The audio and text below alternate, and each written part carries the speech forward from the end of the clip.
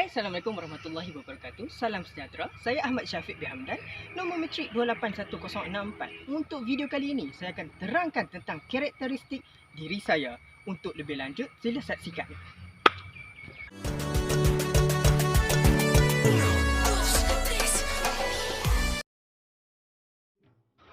Tak kenal maka tak cinta. Itu adalah satu perkataan yang boleh dikatakan jika tidak kenal seseorang itu dan kita tak akan mengenali secara dalam. Untuk di dalam segmen ini, klasifikasi personality, saya tak lari jauh ni daripada diri saya sendiri, iaitu saya punya personality lebih cenderung kepada ambivert. Okey, ambivert ini adalah satu personality yang mana gabungan di antara extrovert dan introvert. Mengapa saya mengatakan klasifikasi personality saya iaitu ke arah ambivert? Okey. Yang pertama, saya lebih menyesuaikan diri apabila di khalayak ramai, dan saya tidak merasa kesunyian ataupun merasa tidak tenang apabila bersendirian. Itu adalah salah satu personality saya yang tak boleh mengatakan ke arah extrovert ataupun introvert. Okey, samping itu, ambivert ini juga mencerminkan saya punya personality, yang mana personality saya ni ataupun karakteristik mudah mesra serta periang. Dia adalah satu yang boleh mengatakan personality saya ke arah ambivert.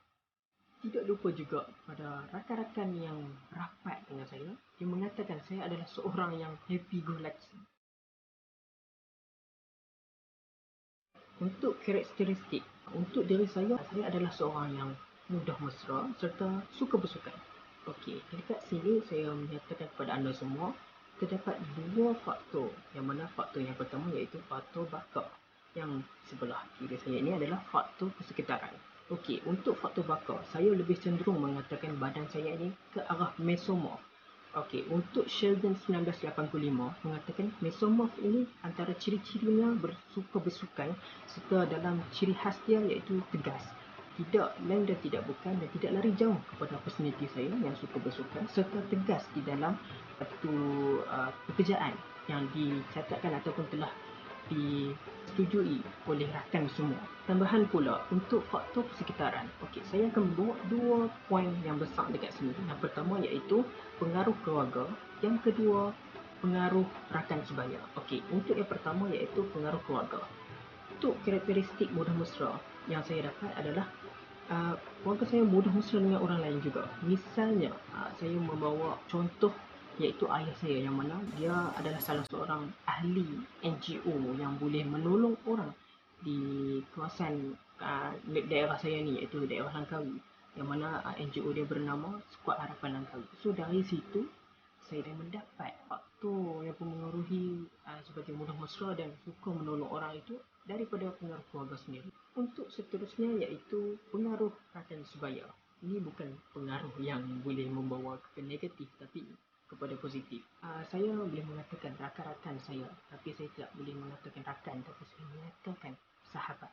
Okay, sahabat-sahabat saya ni lebih cenderung ke arah positif, yang mana mereka ni sama-sama untuk memberi semangat ataupun motivasi apabila seseorang ataupun saya sendiri merasa terancam kemurungan ataupun merasa dalam kesedihan. Faktor-faktor mempengaruhi personality. Yang pertama, faktor bakar. Daripada Sheldon 1985, beliau mengatakan ciri-ciri kepribadian seseorang mampu berkait dengan bentuk badan dan terdapat 3 klasifikasi iaitu endomorph, mesomorph, ectomorph. Baik, bahagian teori personality. Saya membawa kecenderungan kepada teori dan saya memilih teori trait Allport. Okey, teori trait Allport ini dipelopori ataupun telah dibangunkan oleh Gordon W. Allport, yang mana teori ini mempunyai keistimewaan sendiri. Itu sebab saya pilih dan mengapa saya mengambil. Keistimewaan dia adalah mengkaji ciri-ciri tingkah laku manusia serta keunikan perilaku manusia. Di dalam teori ini, beliau membawa 3 asas trait, yang mana 3 ini menentukan perilaku, kepribadian serta identiti seseorang. Okey, yang pertama iaitu trait kardinal ataupun trait utama. Yang kedua, central trait ataupun boleh dikenali sebagai trait pertengahan. Yang terakhir sekali, yang ketiga, iaitu trait secondary ataupun secondary trait. Okey, beliau mengatakan trait utama adalah satu menunjukkan keseluruhan kualiti kita. Sebagai contoh saya iaitu saya mudah mesra. Untuk trik itu, trik utama saya adalah periang. So kawan-kawan saya akan melihat dengan secara jauh pun, walaupun secara jauh jaraknya, dia akan tahu itu adalah saya disebabkan trik periang saya. Untuk yang kedua iaitu trik pertengahan. Trik pertengahan ini adalah satu yang bukan dominasi secara keseluruhan di dalam badan kita ataupun perilaku kita. Dari saya, trik ini dia lebih cenderung kepada tegas. Okey. Tegas bukan bererti tegas macam saya mahu orang ataupun bukan mahu tanpa sebab. Tetapi saya tegas di atas tugasan yang diberi untuk menyiapkan dalam tempoh due date yang tepat ataupun due date yang diperlukan. Macam itu. So itu adalah trik pertengahan saya. Untuk trik yang terakhir iaitu trik sekunder. Trik sekunder ini lebih kepada diri saya iaitu kurang berkeyakinan atas kemahiran yang saya ada. Sebagai contoh, kalau saya telah diamanahkan atau dipertanggungjawabkan menjadi seorang pengacara majlis, saya boleh, tetapi dengan dalam masa yang sama saya mempunyai fikiran yang terlalu banyak yang mengatakan bolehkah saya untuk membuat sedemikian. Untuk teori personality yang kedua, saya memilih di atas keistimewaan dia sendiri. Teori trik 5 faktor ataupun The Big Five Personality yang diciptakan oleh Louis Goldberg 1992 yang mengatakan dalam singkatannya OCEAN, OCEAN. Okey. Di dalam ini dia terdapat beberapa ciri personality yang dekat dengan diri saya iaitu pada agreeableness serta seterusnya iaitu extroversi. Antara dua ini adalah dekat dengan kepribadian diri saya. Bagi keistimewaan teori ini, yang untuk teori yang kedua ini iaitu dia mempunyai keupayaan psikodinamik ataupun tarikan psikodinamik serta perilaku dalam keupayaan seseorang. Okey, faktor ekstroversi yang mana beliau mengatakan ciri-ciri di dalam personality ekstroversi ini iaitu mudah bersosial, tegas serta senang bergaul. Itu adalah salah satu personality yang memang ada dalam diri saya.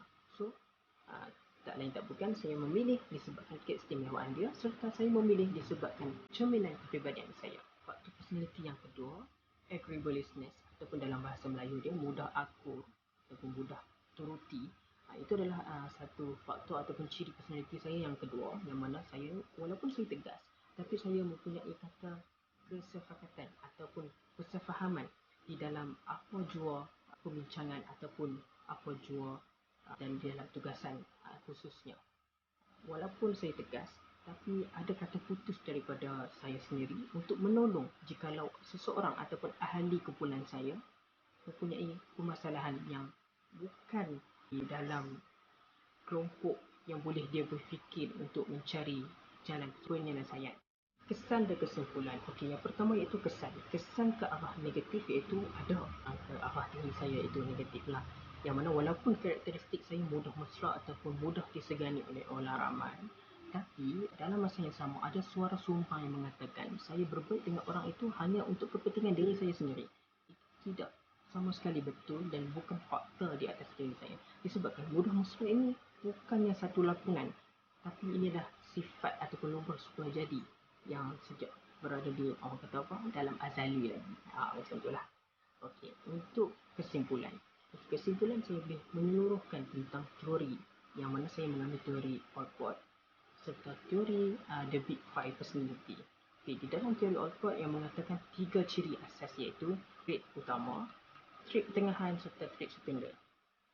Yang seterusnya, saya mengambil The Big Five iaitu dalam singkatannya OCEAN. Tapi saya mengambil faktor ataupun ciri personality iaitu mudah akur serta ekstroversi. Alhamdulillah kita sudah sampai ke penghujungnya. Akhir kata daripada saya, jadi pelakon kita penat, jadi orang lain kita rugi. Jadi diri sendiri, insya-Allah kejayaan menanti. Sekian daripada saya. Bye-bye.